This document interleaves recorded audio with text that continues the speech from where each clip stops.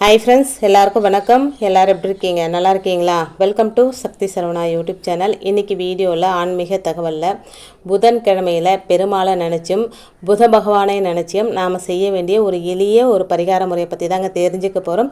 சேமிப்பை அதிகரிக்க ஒரு ஈஸியான வழிமுறை பற்றி தெரிஞ்சுக்கலாம் வாங்க. பெட்டியில் இருக்கிற பணம் செலவே ஆகக்கூடாது, பணம் கொஞ்சம் கூட குறையவே கூடாது, அப்படியே சேமிப்பில் இருக்கணும் அப்படின்றது தான் நம்மள எல்லாருடைய ஆசையாகவும் இருக்குங்க. ஆனால் இன்றைய சூழ்நிலையில் கைக்கு வந்த பணம் பெட்டி வரைக்கும் வர்றதே ரொம்ப கஷ்டமான விஷயமா இருக்குங்க. வாங்கிய சம்பளத்தை முழுசாக வீட்டுக்கு கொண்டு வந்து பூஜை அறையில் வைக்க முடியறதில்ல, மனைவிக்கிட்டையும் கொடுக்க முடியறதில்லைங்க, அம்மாக்கிட்டையும் கொடுக்க முடியறதில்ல. அதுக்குள்ளே கடங்காரங்கள் வந்து பிடிங்கிட்டு போயிடுவாங்க. அக்கௌண்ட்டுக்கு வந்த பணம் தானாகவே காலி ஆகிடுங்க. ஏன்னா நம்ம மாதம் இஎம்ஐலாம் போட்டிருப்போம், அதனால் அவங்களே எடுத்துப்பாங்க. அக்கௌண்ட்டில் பணம் வந்தவொடனே நம்மக்கிட்ட கேட்க வேண்டியது கூட இல்லைங்க, அவங்கவுங்க தானாக எல்லாத்தையும் பிரித்து எடுத்துப்பாங்க. வந்த பணமெல்லாம் பஞ்சா பறந்து போயிடுங்க. ஒரு 1000 ரூபாய் கூட சேமிப்பில் வைக்க முடியறதில்ல. அதுக்கப்புறம் குடும்பத்தை நடத்த மறுபடியும் கடன் வாங்க வேண்டிய சூழ்நிலை உண்டாகுது. வந்த சம்பளத்தில் வீட்டுக்கு செலவு போக மீதம் இருக்கும் பணத்தை திறமையாக சேமிக்க என்ன செய்யலாம்? ஆன்மீகம் சொல்லும் ஒரு எளிமையான பரிகாரம் இதோ உங்களுக்காக இந்த பதிவில்லைங்க. இந்த பரிகாரத்தை செய்யறதுக்கு நமக்கு முக்கியமான தேவையான ஒரே ஒரு பொருள் அப்படின்னா அது வெந்தயம் மட்டும்தாங்க. அதோட இன்னொரு முக்கியமான விஷயம், இதை புதன்கிழமையில் பிரம்ம முகூர்த்த வேலையில் தாங்க செய்யணும், மற்ற நாளில் இதை செய்யக்கூடாது. இதை நீங்கள் தெரிஞ்சுக்கோங்க. புதன்கிழமையில் பிரம்ம முகூர்த்த நேரத்தில் இந்த பரிகாரத்தை செய்யுங்க. அதிகாலை 4 மணி அளவில் எழுந்து குளிச்சு முடிச்சுட்டு காலையில் 5:45 மணிக்குள்ளே இந்த பரிகாரத்தை செஞ்சு முடிச்சுட்டு இருக்கணுங்க. அதாவது 6 மணி கூட கிடையாது, 5:45 மணிக்குள்ளே இந்த பரிகாரத்தை செஞ்சு முடிச்சிருக்கணுங்க. பூஜை அறையில் எப்பவும் போல் விளக்கேற்றி வச்சுருங்க. ஒரு சின்ன சதுர வடிவில் இருக்கிற வெள்ளை காட்டன் துணி எடுத்துக்கோங்க. ஏற்கனவே நீங்கள் பரிகாரத்துக்கு யூஸ் பண்ண வெள்ளை துணியாக இருந்தாலும் பரவாயில்ல, அதை நினச்சி கொஞ்சம் பன்னீரில் நினச்சி காய வச்சு எடுத்து வச்சுக்கோங்க. அதில் வந்து 1 ஸ்பூன் வெந்தயத்தை வச்சு ஒரு முடிச்சா கட்டிக்கோங்க. இந்த முடிச்சை உங்களுடைய உள்ளங்கையில் வச்சு புத பகவானையும் பெருமாளையும் மனசார பிரார்த்தனை செஞ்சுக்கோங்க.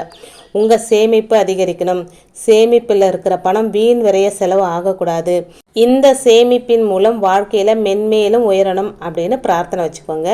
இந்த முடிச்சு அப்படியே ஒரு சின்ன கிண்ணத்தில் வச்சு பெருமாளோட பாதங்களை வச்சுருங்க. பெருமாளையும் மனசார பிரார்த்தனை செஞ்சுக்கோங்க. ஓம் நமோ நாராயணா கோவிந்தா அப்படின்னு சொல்லி பெருமாளையும் பிரார்த்தனை செஞ்சுக்கோங்க. பெருமாளை பிரார்த்தனை செஞ்சாலே மகாலட்சுமி தாயாரும் கூடவே வந்துடுவாங்க. ஏன்னா பெருமாளோட மார்பில் குடியிருக்கிறவங்க யாருன்னா மகாலட்சுமி தாயார்.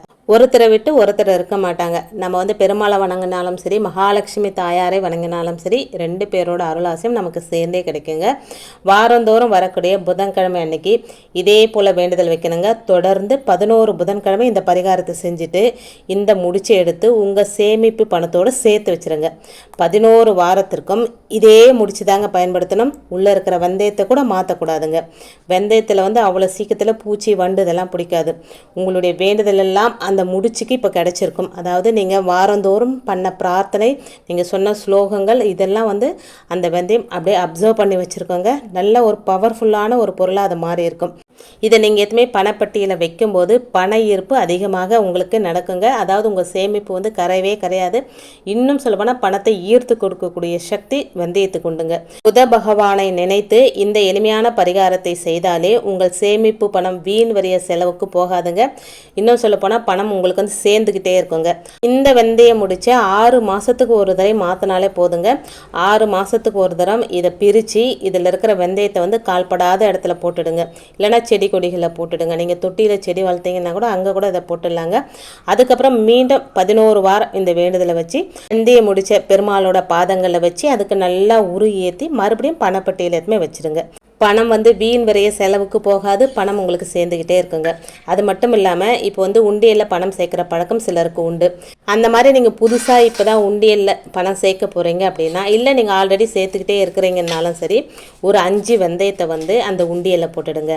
போட்டுட்டு அதுக்கு மேலே பணத்தை நீங்கள் சேர்த்து வச்சிங்க அப்படின்னா பண ஈர்ப்பு அதிகமாகுங்க. இந்த வெந்தயத்துக்கு அந்தளவுக்கு ஒரு சக்தி இருக்குது. நான் இப்போ அந்த வெந்தயமும் கொஞ்சம் பச்சை கற்பூரம், அது வந்து எப்பவுமே பணத்தை ஈர்க்கும் அப்படின்றது நம்ம எல்லாருக்குமே தெரிஞ்ச விஷயம் இல்லைங்களா? அதனால் ஒரு சின்ன டிஷ்யூ பேப்பரில் பச்சை கற்பூரத்தை முடிச்சா போட்டு அதில் போட்டுட்டு அதுக்கு மேலே நம்ம வந்து பணத்தை போட்டு சேமிக்க ஆரம்பித்தோம் அப்படின்னா கண்டிப்பாக நம்மளுக்கு வந்து பணம் சேர்ந்துக்கிட்டே இருக்குங்க. இப்போ குளிகை நேரத்தில் நான் வந்து இந்த உண்டியலை ரெடி பண்ணி இதை நான் சேர்த்துக்கிட்டு வர ஆரம்பிச்சிருக்கிறேங்க. உண்டியல் வந்து ஏற்கனவே ஃபுல்லாக நிறைஞ்சிடுச்சு, பூட்டு தொலைஞ்சிச்சு அப்படின்றதுனால அதை உடச்சிட்டேங்க. பூட்டெல்லாம் போட முடியல, அதனால் சுற்றி டேப் போட்டு வச்சுருந்தேன். இப்போ டேப்பும் எடுத்துகிட்டு உண்டியில் சேர்க்க ஆரம்பிச்சிருக்கிறேங்க. நீங்களும் சேர்த்து பாருங்கள், அதுவும் குளிகை நேரத்தில் சேர்த்து பாருங்கள், ரொம்ப விசேஷங்க. உங்கள் குழந்தைங்க வீட்டில் இருந்தால் அவங்களுக்கும் வந்து சேமிப்பை கற்றுக் கொடுங்க. ஒருவேளை உங்கள் குழந்தை கையால் இந்த சேமிப்பை தொடங்குனீங்க அப்படின்னா வீட்டில் வந்து சேமிப்பு அதிகரிக்கும் அப்படின்னு சொல்லப்படுதுங்க. வீட்டில் வந்து பெண்கள் சமையல் அறையில் ஒரு சின்ன கிண்ணத்தில் வெந்தயத்தை வந்து திறந்தபடி வச்சுருங்க. மாதத்தில் ஒரு நாள் பழைய வெந்தயத்தை செடி கொடிகளுக்கு கீழே போட்டுட்டு மறுபடியும் புதிய வெந்தயத்தை மாற்றி வைங்க. இது மாதிரி செஞ்சுட்டு வந்தீங்க அப்படின்னா வீட்டு பெண்களிடத்தில் சமையல் அறையில் கையிருப்பு அதிகரிக்குங்க. அந்த வெந்தயமானது உங்களுக்கு பணத்தை ஈர்த்து கொடுக்கும். வீட்டில் வந்து இது இல்லை அது இல்லை அப்படின்னு நம்ம சொல்லவே மாட்டோங்க. அடுக்களை எப்பவுமே நிறைஞ்சு இருக்கும். எல்லாமே உப்பு, பருப்பு, புளி, மிளகா எல்லாமே நிறைஞ்சு இருக்கும். அதெல்லாம் நிறைஞ்சிருக்கணும்னா நமக்கு கையில் காசு வேணும் இல்லைங்களா? அந்த காசை ஈர்த்து கொடுக்கறது இந்த வெந்தயங்க. சும்மா ஒரு கைப்பிடி அளவு வெந்தயத்தை சின்ன கிணத்துல போட்டு நீங்கள் ஏதாவது மேடையில், அடுப்பு மேடையில், ஜன்னல் எங்கேயாவது இருந்தால் அங்கே வச்சுருங்க. நல்ல ஒரு மாற்றம் கிடைக்கும். செஞ்சு பாருங்கள், எளிமையான பரிகாரம் தாங்க. இன்றைக்கி வீடியோவில் நான் சொன்ன விஷயங்கள் உங்களுக்கு பிடிச்சிருந்தது அப்படின்னா ப்ளீஸ் சேனலுக்கு சப்ஸ்கிரைப் பண்ணி சப்போர்ட் பண்ணுங்கள். இந்த வீடியோ உங்கள் ஃப்ரெண்ட்ஸ் அண்ட் ஃபேமிலிக்கும் ஷேர் பண்ணி விடுங்க. இன்னொரு எளிமையான ஆன்மீக தகவலோடு உங்களை சந்திக்கிறேன். அது வரைக்கும் நன்றியும் வணக்கமும். Take care and bye friends.